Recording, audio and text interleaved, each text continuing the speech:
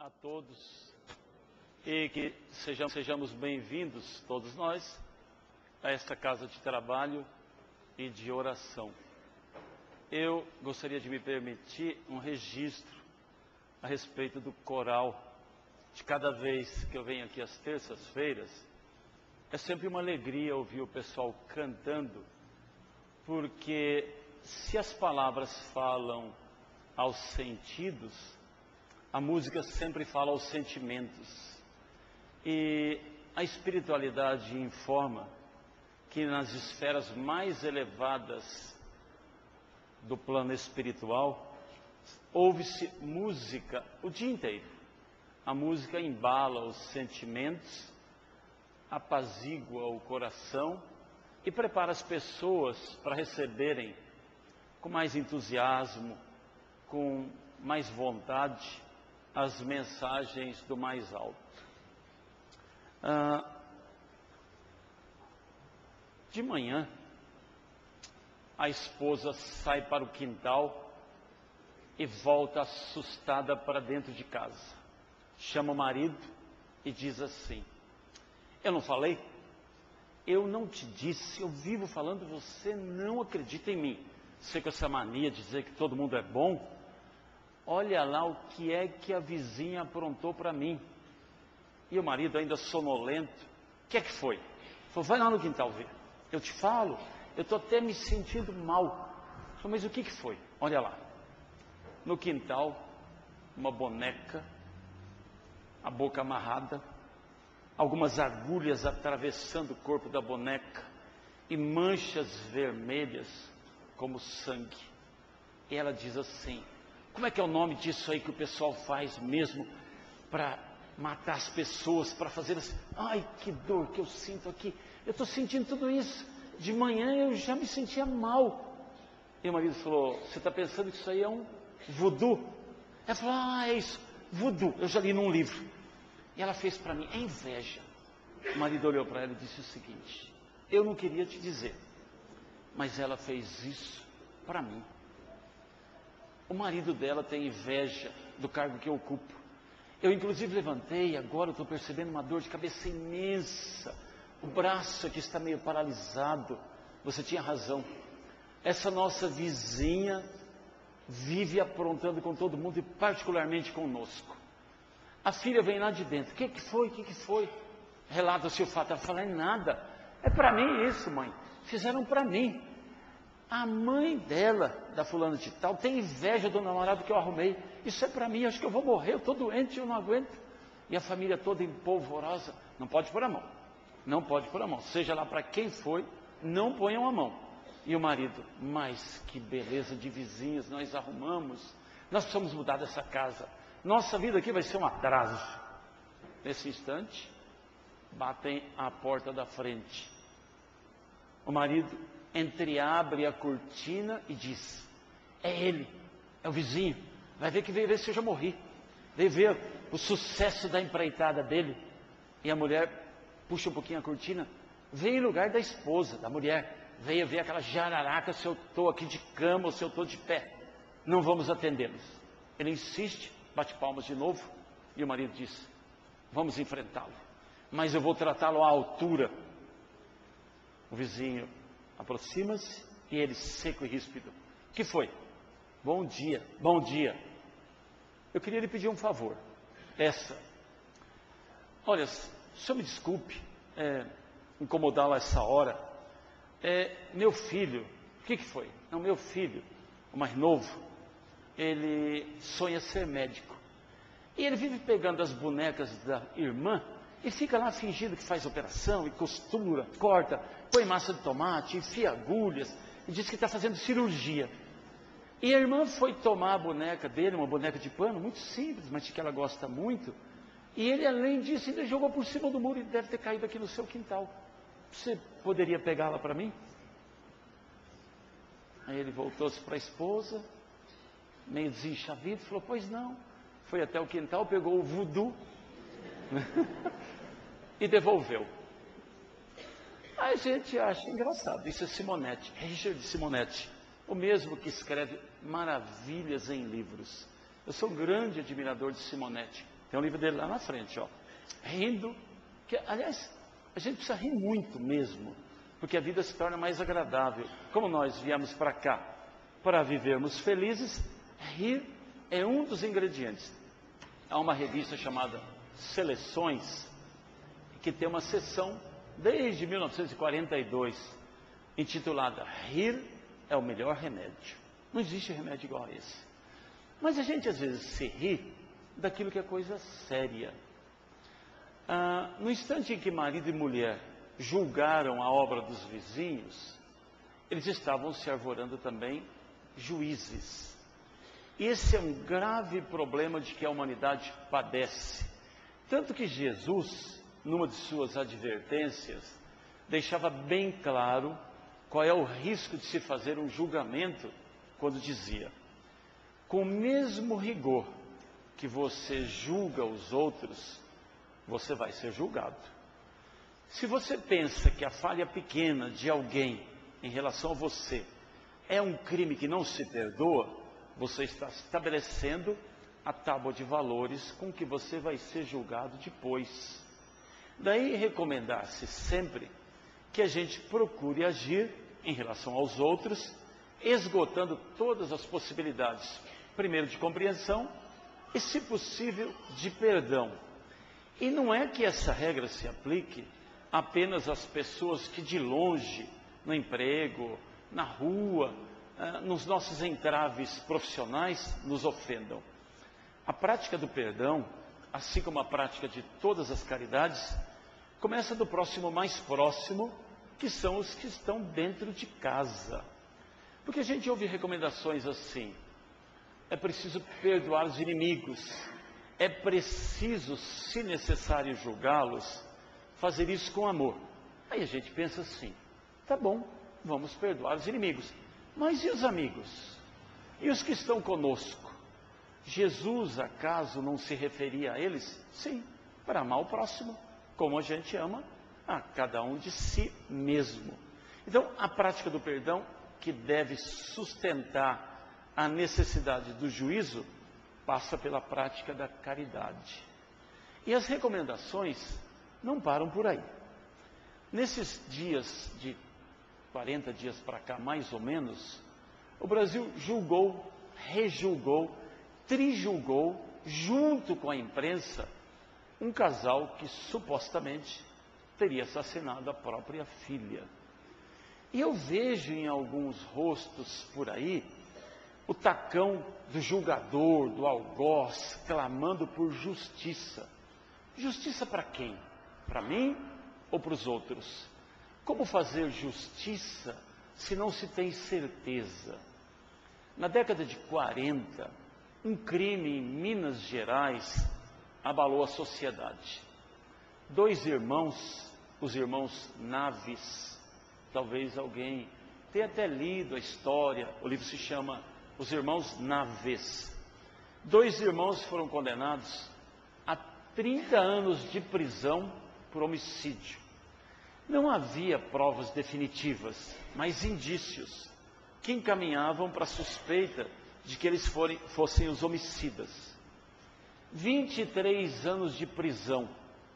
Descobre-se que a pessoa supostamente assassinada tinha simplesmente resolvido desaparecer do mapa para fugir a dívidas e problemas que tinha na cidade.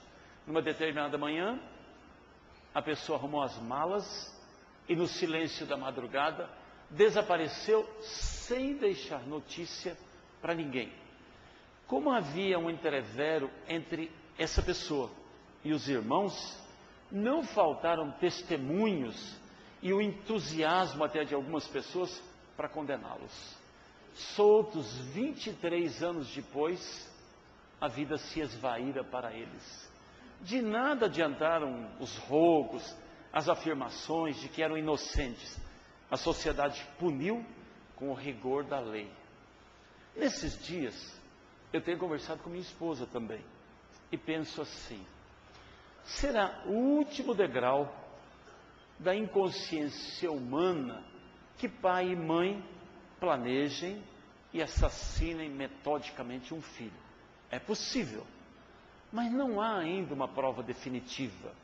E as pessoas, eu via pela TV, o noticiário invadiu nossas casas, acorriam ao lugar onde eles estavam, nenhuma delas, eu acredito, fazendo uma prece por eles, que era o de que eles mais precisavam.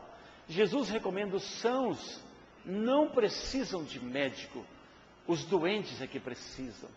Quantos de nós, olhando ali, nos compadecemos, não da menina, que é digna também de piedade, mas desse casal, ou porque estejam sendo acusados injustamente, ou porque tenham realmente cometido um crime de difícil reparação. A maioria das vozes, tal qual no episódio da mulher adúltera, condenava. E no livro Boa Nova, há uma lição chamada-se, há um capítulo chamado A Lição do Discernimento. Nós conhecemos de sobra os ensinamentos de Jesus, porque lemos, conhecemos. Será que aplicamos? Em Belém do Pará, existe um concurso bíblico, todos os anos, no mês de outubro. E pasmem os senhores, o concurso visa descobrir quem dos elementos presentes, inscritos no concurso, sabe a Bíblia inteirinha, Velho e Novo Testamento, de cor. E existem campeões. E a regra do campeonato é assim: aproximam-se duas pessoas e um deles diz assim: segunda epístola de Paulo, capítulo 13, versículo 2. O de cá tem que dizer o que está escrito. Aí, se esse aqui responde, ele pode perguntar assim: Mateus, capítulo 3, versículo 9. Este de cá diz o que está escrito. E há entraves entre dois concorrentes que duram horas e horas seguidas, sem que um vença o outro. Cada um deles tentando demonstrar que conhece mais a fundo a Bíblia. Só que do concurso não constam testemunhos. Nenhum testemunho, não precisa, basta que se saiba de cor a Bíblia, ou mais que os outros, e o candidato é aclamado vencedor com os louros da vitória. Nós podemos pensar da nossa parte, se nós não seríamos também excelentes candidatos em relação à doutrina espírita. Porque nós somos capazes, quando eu falo nós, sou eu. Nós somos capazes de citar várias frases de André Luiz. Eu me lembro, por exemplo, de Aulus, conversando com André Luiz, dizendo assim: a mente é a base de todo fenômeno mediúnico. Olha que ensinamento precioso. Mas até que ponto eu assimilo isso e sei disso? Porque uma coisa é apenas saber, a outra é assimilar. Uma coisa é dizer assim: eu sei que existe plano espiritual. A outra é dizer: eu acredito. O eu sei é interior, o eu acredito é exterior. Então nós temos que passar da crença para a prática. E no campo do julgamento, todo mundo conhece o episódio da mulher adúltera. Na época em que Jesus jornadeou pela Galileia, os julgamentos eram muito rápidos, cadeia praticamente não existia. Julgava-se e executava-se. Inocente ou culpado era executado. Alguns crimes eram punidos com a lapidação, que era o levar o criminoso, ou o suspeito, a uma espécie de buraco. E ali se atiravam pedras até que ele estivesse morto. E dizia-se que o atirar pedras fazia de cada um instrumento de justiça divina. Então a pessoa inclusive caprichava para acertar uma pedra grande, para ser ele o autor da pedrada fatal. No episódio da mulher adúltera, Jesus é atraído por uma multidão. Talvez aquela mesma multidão que a gente viu na saída do casal Nardoni. Como é que é o nome da mulher? É Ana? Ana Carolina e o marido? Alexandre. Na saída de Alexandre e Ana, a mesma multidão da cena da mulher adúltera. Só não tem pedras, tem tijolos, tem agressão verbal. E se Jesus aparecesse naquele instante?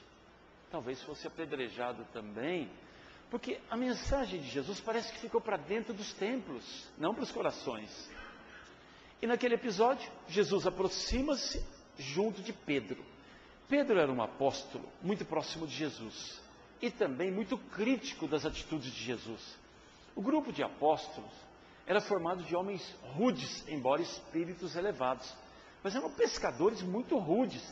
De vez em quando Jesus tinha que separar um arranca-rabo entre eles. Eles brigavam, se pegavam mesmo. É que a literatura tenta, às vezes, sublimar o grupo. E eles eram homens comuns, como nós somos homens comuns. Só que eles eram espíritos de uma envergadura maior. E Pedro, muito próximo de Jesus, costumava criticar as atitudes de Jesus. E quando Jesus inquire a multidão e pergunta, o que fazem? E uma pessoa se vira e diz, estamos julgando essa mulher por adultério. O adultério era passível da pena de morte nessa época, em que o homem era dono da mulher e senhor de sua vida. Ele instrui e Pedro ouve também. Aí Jesus aproxima-se da multidão, que já tem pedras na mão, e lança a sentença que chama cada um à própria consciência. E diz, quem não tiver nenhum pecado, atire a primeira pedra. E aí obriga as pessoas a um exame de consciência naquele instante. E segundo Chico Xavier, quando se refere a nós outros, diz assim, na Terra não existem inocentes, somos todos culpados. E Emmanuel emenda dizendo assim, na Terra somos todos doentes, pedindo alta antes da hora. Todos nós, não há inocentes.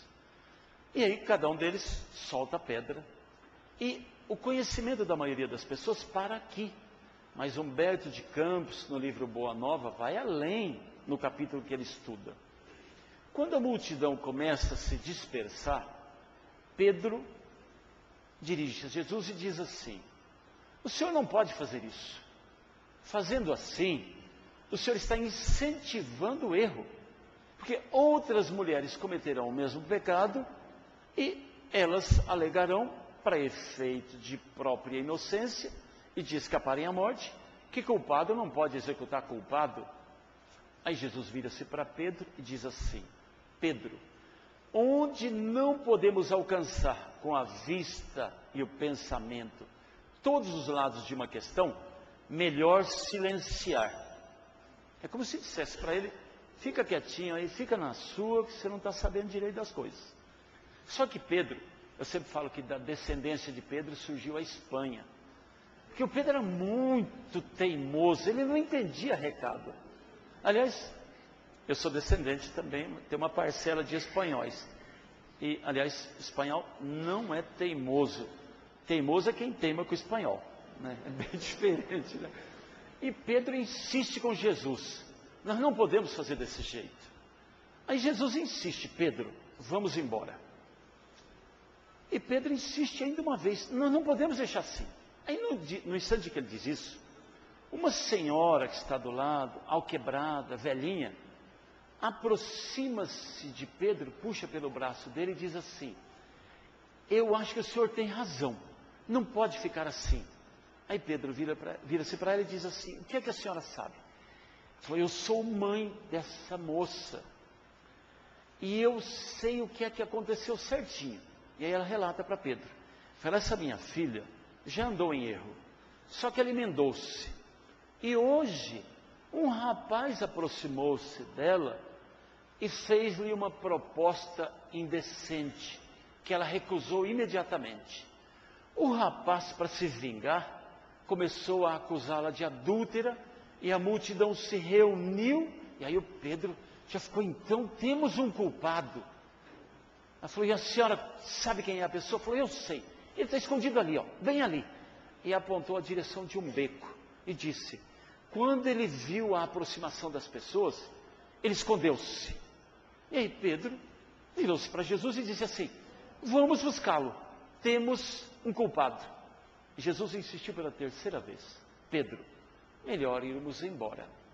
E Pedro falou, não, agora nós temos o culpado. E a mulher, vem, vem que eu mostro para o senhor onde que ele está. E puxando Pedro pela manga do roupão, arrastou-o até o beco. Jesus permaneceu ali, Pedro caminhou alguns passos, parou, estático, voltou de fastos, a face empalidecida, baixou o rosto, tomou o caminho de ir embora e acompanhou Jesus. E perguntou a Jesus: que fazer nesta hora? O rapaz que havia feito a proposta era filho de Pedro com Zafar, chamava-se Efraim. Era o próprio filho dele. Nesse instante, Pedro retira-se e aprende que antes de se fazer justiça, a gente precisa ver se está preparado para isso. As lições são muitas. E a lei, às vezes a gente pensa assim, mais ou menos está bom. Eu falo para os meus alunos, mais ou menos é de mais ou menos para menos. Porque quem se contenta com mais ou menos, em pouco tempo se contentará com menos. E depois se satisfará com nada. Às vezes eu me apresento, eu sou professor de língua portuguesa, e às vezes eles produzem um texto. Eu dou uma nota baixa, às vezes, também dou nota alta. Não sou ruim para dar nota, não. Dou a nota merecida. E às vezes o menino chega e fala assim, a nota está muito baixa. Eu falo, é o que você merece. Mas professor, não tem jeito de dar um pouquinho mais nota? De uma nota? Tem. Como? Melhora a redação. Lê mais um pouco. Essa redação é o retrato do que você é. Nossas ações retratam o que somos. E há pessoas que têm conceitos, mas o conceito não resolve. Eu posso saber de cor todas as religiões, todos os mandamentos, todos os livros, mas se eu não aplico, isso de nada me serve. Nós conhecemos a lei, mas quanto a aplicamos? O brasileiro é chamado homem do amanhã e homem do jeitinho. Na Europa, não existe esse negócio de dar um jeitinho.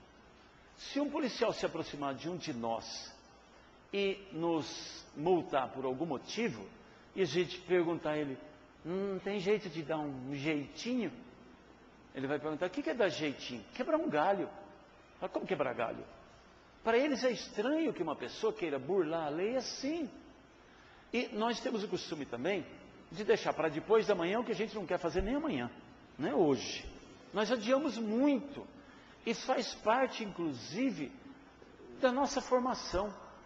A mistura de raças que deu origem a gente luta contra um aproveitamento maior. Nós adiamos demais. E a lei é rigorosa. Quem deixa para amanhã não vai fazer. Há pessoas que programam, por exemplo, regimes. O melhor dia para começar regime é a segunda-feira que vem. Sempre. Pode olhar. Não, segunda que vem, domingo, eu ainda vou. É normal, tem o churrasco, tem a lasanha, a feijoada, mas segunda de manhã, eu estou começando meu regime. E a pessoa já vai se deitar e tal, amanhã cedinho. Ele levanta de manhã e fala assim, mas só um pedacinho de pão, que também não posso começar a passar fome, porque se eu começar um regime assim violento, não vai adiantar nada. Aí o outro se senta à mesa e puxa uma fatia de qualquer coisa. E fala, então, só um pedacinho. E mais um pedacinho. Depois eu falei, bom, também agora, também não adianta mais, porque então segunda que vem eu começo mesmo. Essa semana é despedida. E às vezes, para reformas íntimas, não tem outra segunda-feira. Porque nós não temos medida de sepulcro. Cecília Meirelles, poetisa fantástica, ela diz assim, como é que a gente diz amanhã, se amanhã não existe? É hoje só. Os chineses completam dizendo assim, só existem 2 dias em que a gente pode ser feliz. Perdão. Só existem 2 dias em que a gente não pode ser feliz. E não pode fazer nada. Ontem, porque já foi. Amanhã, porque não chegou. E só existe um que a gente pode fazer as coisas. Hoje. Então nós vivemos adiando. Vamos pegar o Chico. A gente às vezes pensa assim, mas a espiritualidade, meu amigo espiritual, ele me entende. Claro que entende. Mas a lei só é lei enquanto não abre brechas. Chico Xavier está no hospital, em Pedro Leopoldo. A irmã está no quarto, doente, muito doente. E ele chora. Chico está chorando. E a irmã está mesmo muito doente. E nesses instantes em que o Chico está assim mais abalado, mais sofrido, Emmanuel vem até ele, costuma vir. Aproxima-se dele e Chico o vê assim ao lado. E ele pergunta: o que foi, Chico? Fala: minha irmã está aí no quarto muito doente. Aí, o que é que a gente pensa? Os dois são assim, ó, um com o outro, chegadões. Aí a gente fica pensando assim: Emmanuel vai lá, aplica um daqueles passos de levanta defunto, né? Deve ser, vai lá, tchan, e sara a irmã. É o Chico, gente. Quantos anos de disciplina, de trabalho. Se o Chico não merecer, quem vai merecer? E ele diz assim: é sua irmã que está lá dentro? É, Emmanuel, minha irmã. Eu falei: você está chorando desse jeito por quê? Porque é minha irmã. Fala: muito bonito. Quando outras pessoas estão internadas, você não chora desse jeito. Não são suas irmãs também? E vai embora. E vai embora. A gente fala assim: mas o homem é muito cruel. Não, não é que ele seja cruel. A lei é assim, a lei não tem atalhos. Em outra ocasião, e talvez vocês conheçam, eu acho uma história genial. O Chico está dentro de um avião. O Chico viajava, vez por outra, num desses teco-teco, nem se chama teco-teco, eles falam monomotor, ficou mais bonito. Mas era teco-teco mesmo. E o Chico está viajando de avião. Avião, na década de 40, era a única coisa que havia para viajar. Ninguém, não tinha estrada, não tinha nada. Chico está dentro do avião. E aí, o avião começa a pipocar o motor. Só tem um. E pipoca mais. E dá umas paradas. E o pessoal dando a gritar. Não sei se alguém já esteve num avião ameaçando cair, mas a coisa é feroz. Que dá medo, dá mesmo. E uma das maneiras de expressar medo é gritar, né? Para não ficar tudo aqui dentro. E o pessoal começa a gritar. E o Chico dando a gritar também. Ai, meu Deus. Ai, minha Nossa Senhora. Ai, me acuda aqui, meu anjo da guarda. Aliás, nessa hora, todo mundo se lembra de espírito amigo, de anjo da guarda. Todo mundo se lembra que existe Deus, né? Parece que a gente está chamando corpo de bombeiros. Eu até falo, de vez em quando a gente confunde Deus com bombeiro. Porque só lembra na hora que não tem mais jeito. E nessa gritaria, como costuma acontecer, Emmanuel se apresenta ali do lado. E já tem até fumaça, a coisa está feia, o avião já tem aquele barulhão, e vai cair. E o Chico agarrado ali também, tem medo, é como a gente. A gente costuma superestimar os outros porque são bons. Não, os bons têm medo, os bons têm dores. Quando a gente se aproximava do Chico, eu me lembro que ele segurava a mão da gente e falava assim: reza para mim, reza por mim.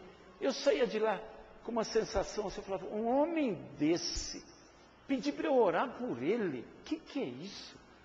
Mas depois eu entendi, o Chico, dele as pessoas iam para tirar coisas, para buscar. Raramente alguém levava, raramente alguém ouvia o Chico nas suas queixas, nas suas dores. Ele era um repositório das dores de todo mundo, e aquilo só despejava sobre ele. E ele precisava da gente. Era um homem comum.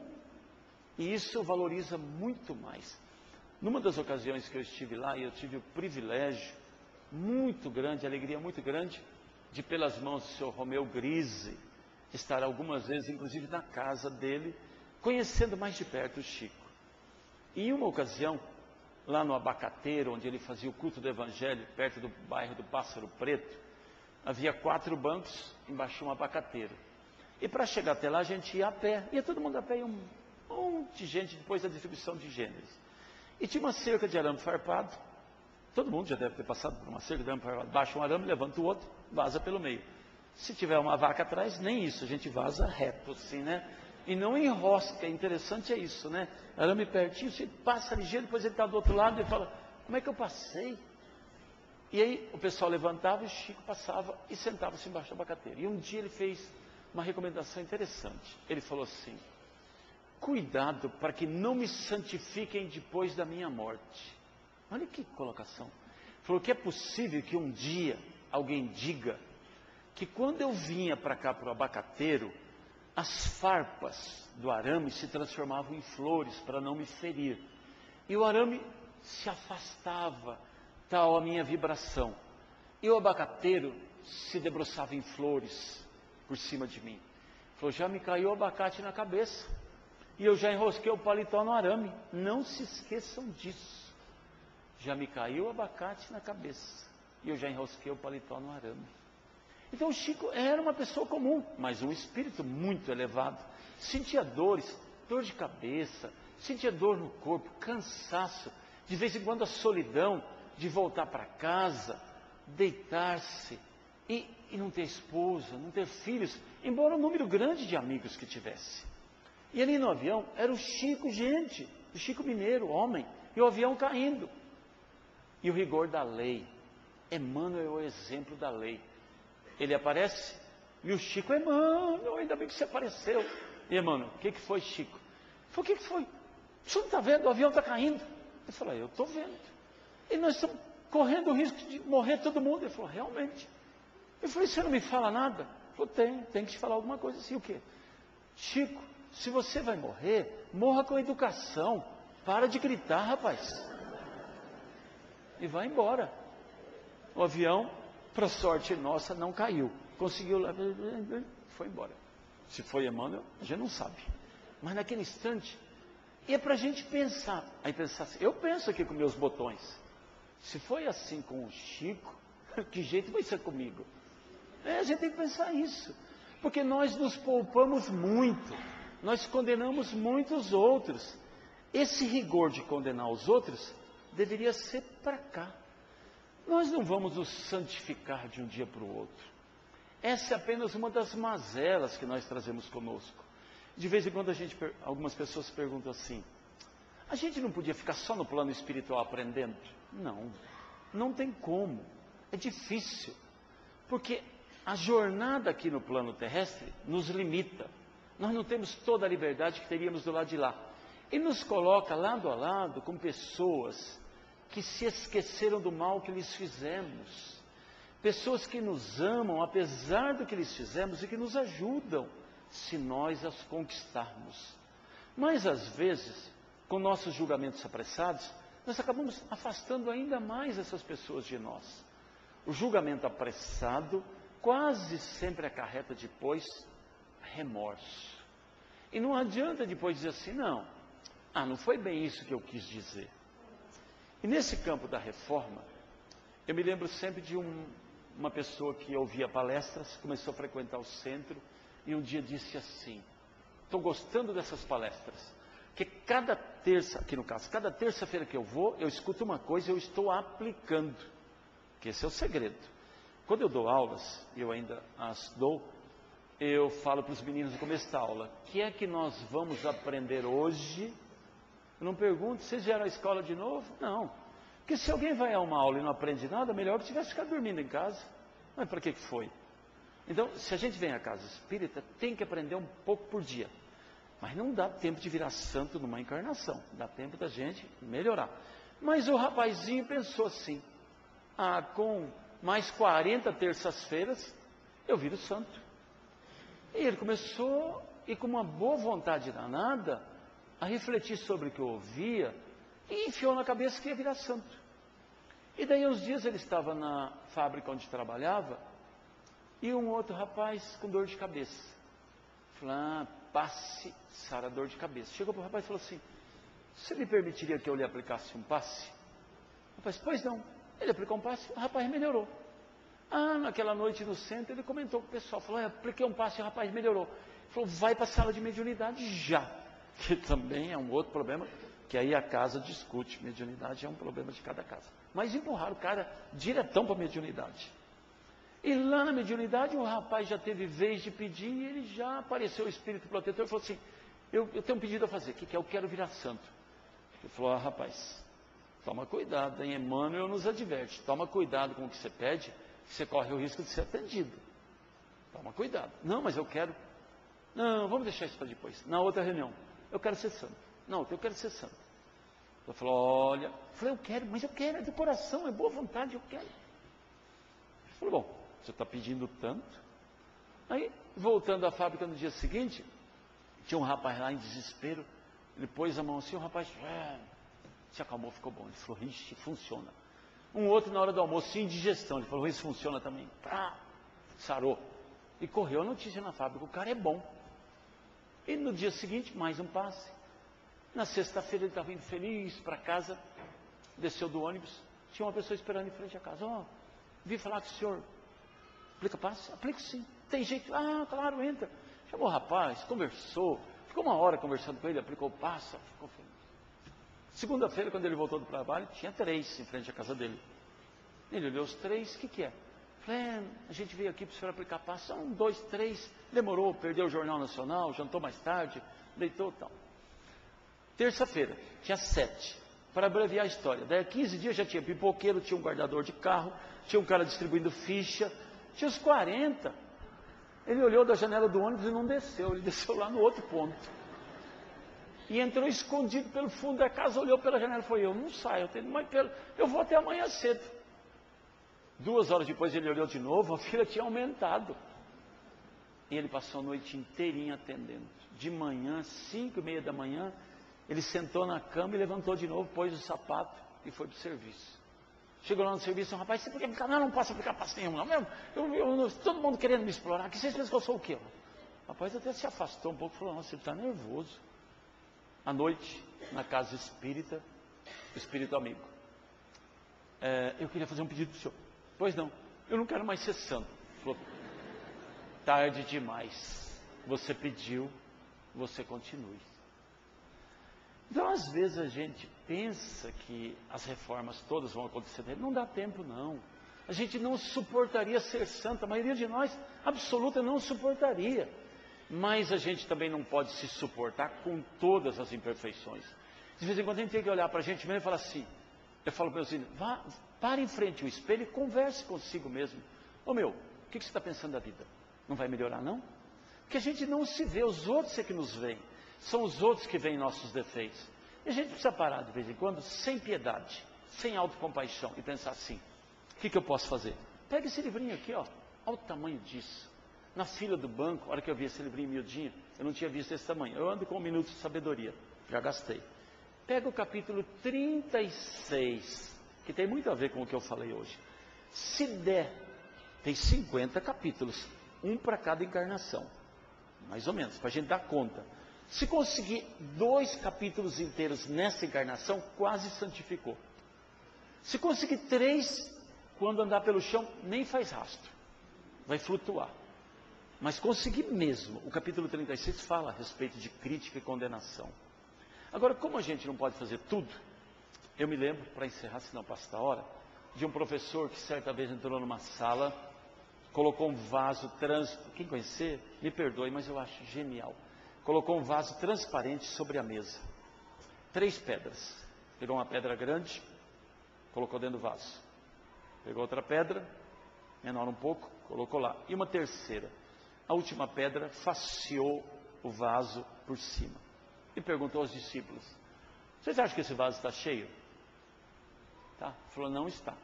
Pegou pedras menores e jogou, e elas foram descendo e se encaixando nos espaços que as pedras grandes haviam deixado. Falei, agora está cheio? Tá. Falou, tá nada. Pegou areia e jogou. A areia desceu entre as pedras. Está cheio. Aí o menino falou, agora tá. Falou, tá nada. Pegou água, colocou e a água desceu, me descendo toda a areia. Está cheio. Eu falei, não está não. Ele falou, agora tá. Só para contrariar, agora tá. Agora tá cheio. Falei, agora eu vou fazer outra coisa. Pegou outro vaso igualzinho, pegou água, encheu o vaso até a boca. E perguntou assim, está cheio? O cara assim, falou, está cheio, quer ver? Se eu colocar qualquer outra coisa, a água esparrama. E aí ele concluiu para os meninos. Falou, na vida, nós temos grandes e pequenos projetos. Se a gente ficar cuidando só dos pequenos projetos, simbolizados pela água, nós não cuidaremos dos outros, porque eles não vão caber nos nossos dias. Mas se a gente parar e escolher 3 projetos para a vida, 3, hein? Uma pessoa pensa assim, e não é difícil a gente descobrir, porque é que a gente está de volta à Terra. Uma vez se perguntou a Emmanuel, como é que a gente faz para saber qual é o maior defeito que a gente teve na outra encarnação? Ele falou, observa o que você tem mais dificuldade para vencer agora. Esse foi o maior. E pode ter sido a causa da sua falência. Aí a gente pode escolher 3 projetos no campo da evolução. Qual é a grande dificuldade que eu tenho na vida? Essa é a primeira pedra. Essa eu vou manter como rumo de minha vida. Qual é o segundo grande projeto? Este outro. E o terceiro? E aí a gente encaixa todos os outros. Para os meus alunos estudantes de cursinho, eu falo, vocês têm pelo menos 3 grandes projetos. Um é o estudo, o outro é a família e o outro é ser feliz.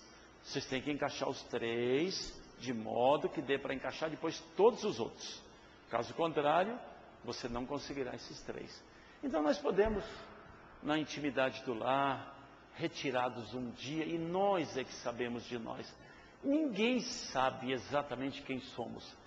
Joaquim Nabuco, um historiador e escritor famoso, ele disse o seguinte um dia: toda a humanidade estaria condenada se existisse um tribunal para os crimes da imaginação. Vou repetir. Toda a humanidade estaria condenada se existisse um tribunal para os crimes da imaginação. Porque a nossa mente, ela às vezes nos condena. Muitas vezes nós não fazemos algumas coisas por medo da crítica, porque não temos coragem, porque não sabemos assim se a consequência, mas a vontade existe. E André Luiz nos adverte: o mal nunca morre dentro de nós, ele só adoece, sepultado pela reforma íntima. Quando a gente abandona a reforma, quando a gente vira rotina na casa espírita e vem na terça-feira porque veio, porque se não vier fica parecendo que não veio, aí a reforma íntima parou. Mas quando de cada terça-feira a gente tira uma coisa para agregar ao projeto de reforma, a noite valeu a pena. Antes dos julgamentos, a prudência. Antes de emitir qualquer palavra, a lembrança do que disse Jesus: você é Senhor e dono de cada palavra que não disse, mas é escravo de cada uma que pronunciou. Essa frase de Jesus foi traduzida em inúmeras filosofias pelo mundo, mas equivale a dizer assim: ponha um amplificador no ouvido e um freio na boca. Aprenda a calar quando o silêncio é caridade. E que aprendamos ao longo da vida a fazer os julgamentos sempre como se fôssemos nós as vítimas. Eu tenho me permitido, na minha inferioridade intelectual e espiritual, não emitir nenhum juízo de valor a respeito desse casal que, enquanto estamos aqui, está amargando a prisão. E se depois de alguns dias aparecer um outro culpado, nós não sabemos. E se a polícia descobre que faliu, uma coisa de nossa parte não se terá perdido. Se em vez da crítica e do julgamento, nós tivermos olhado com carinho para eles, como faria Jesus, e em prece pedir que o calvário deles, qualquer que seja a direção do futuro, se faça com a força de que eles precisem para vencer as dificuldades que certamente virão, culpados ou inocentes. Que Jesus abençoe nossas palavras, nossos pensamentos, e que a cada dia nós nos tornemos melhores para nós mesmos e para os outros. Jesus nos abençoe.